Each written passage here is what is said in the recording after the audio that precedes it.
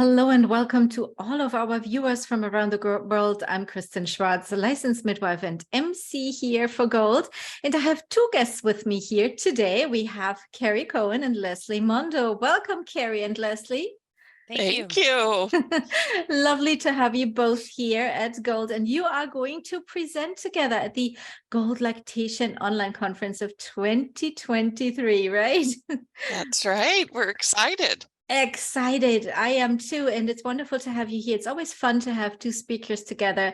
It's such a beautiful dynamic. The interaction is great. And also, you will show us some videos. But let me stop right here because I'm talking too much already about the presentation. The presentation is called Increasing Access to Parental Breast Milk During Incarceration, the Role of the Human Milk Bank. We want to talk about that in a moment, but first let me introduce you. First, let's start with Carrie. Carrie, number one, where in the world are you? And tell us a little bit about your professional background and your world and your work.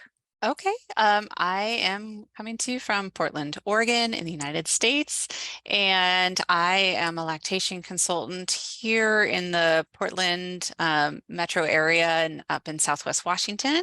I am also an instructor at Portland State University, which is what connects me to this work here, and have had the extreme pleasure of working with our OHSU PSU School Public Health Lactation Program, which trains incoming lactation program students.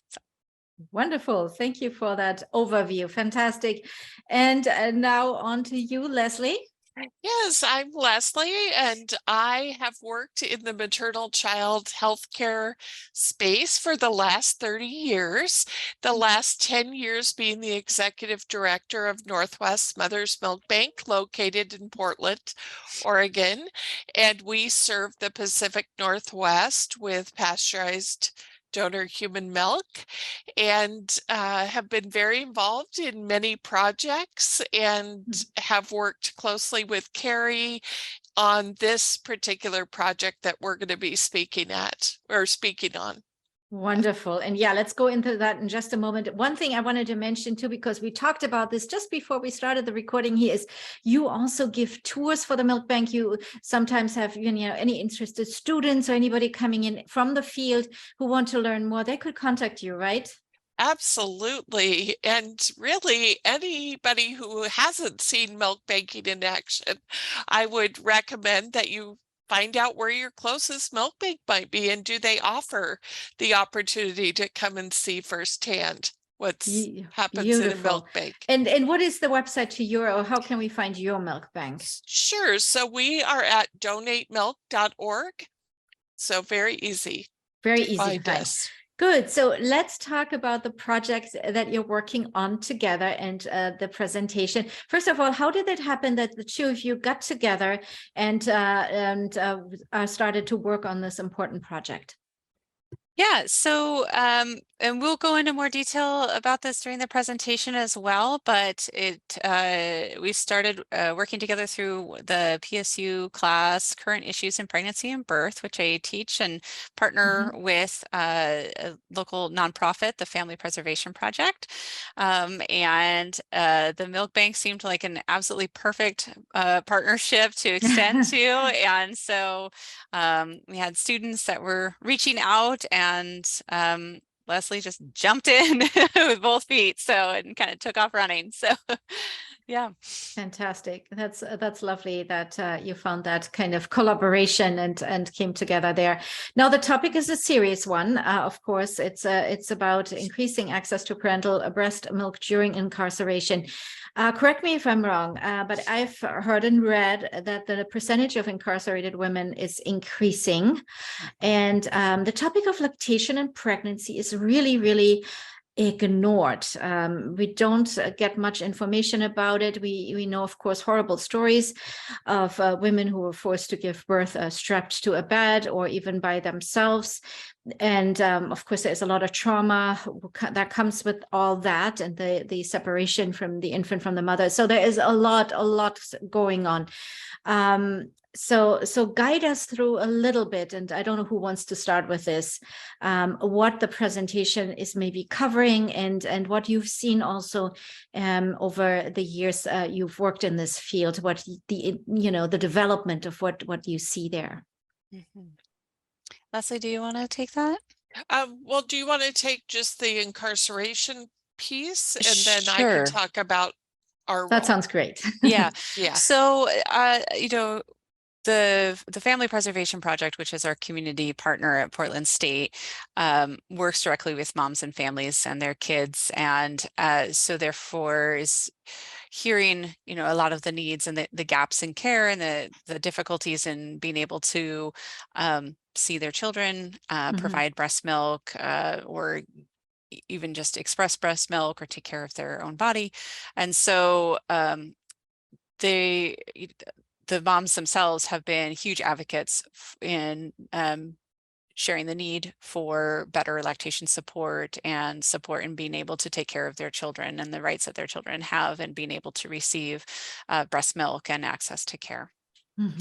Yeah. And then from the milk bank perspective, we are always looking at ways that we can promote, support, and protect breastfeeding in the community, and how can we serve underserved populations. And so we took a look at what were we currently doing that we could adapt to a program that would help support breastfeeding despite incarceration and separation of families. So we were already doing some things, and so we just kind of shifted that to develop this program that we're excited about and is making a real difference for families who are separated from their infants. Absolutely, making a big difference there. Absolutely. So how does the outreach work? Maybe Lesley, can you talk about the program a little bit more? Sure. So we call the program Expression of Care. And what we do is we work with our local women's correctional facility, and the mothers who are enrolled in the breastfeeding program there who wish to continue pumping, we pick up milk from the correctional facility weekly, and then we connect with whoever is the infant caregiver to make sure that milk arrives to them for the baby. We also supply milk collection bags. We do some cleaning supplies and just serve as a resource for lactation support for incarcerated people. Beautiful. Now, Carrie, a question for you here. Pumping and getting the human milk to the infant, it goes way deeper than just the pure nutritional fact of this, which is, of course, very, very important. But also for the parent, I can only imagine what that means for the parents as being connected to the infant, being a parent, is doing something what a parent does, right? So tell me a little bit.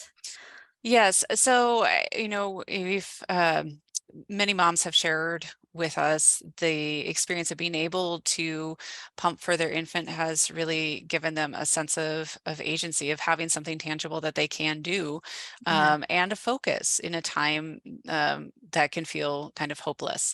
And so it's been, I think, for a lot of people, very motivating. It's even gone so far as we've heard from one mom, changing just relationships between herself and the staff at the facility she was at, in just being able to express her own motivation and dedication, and then kind of humanizing herself as a mom in not just her own eyes, but in the eyes of the people at the facility as well.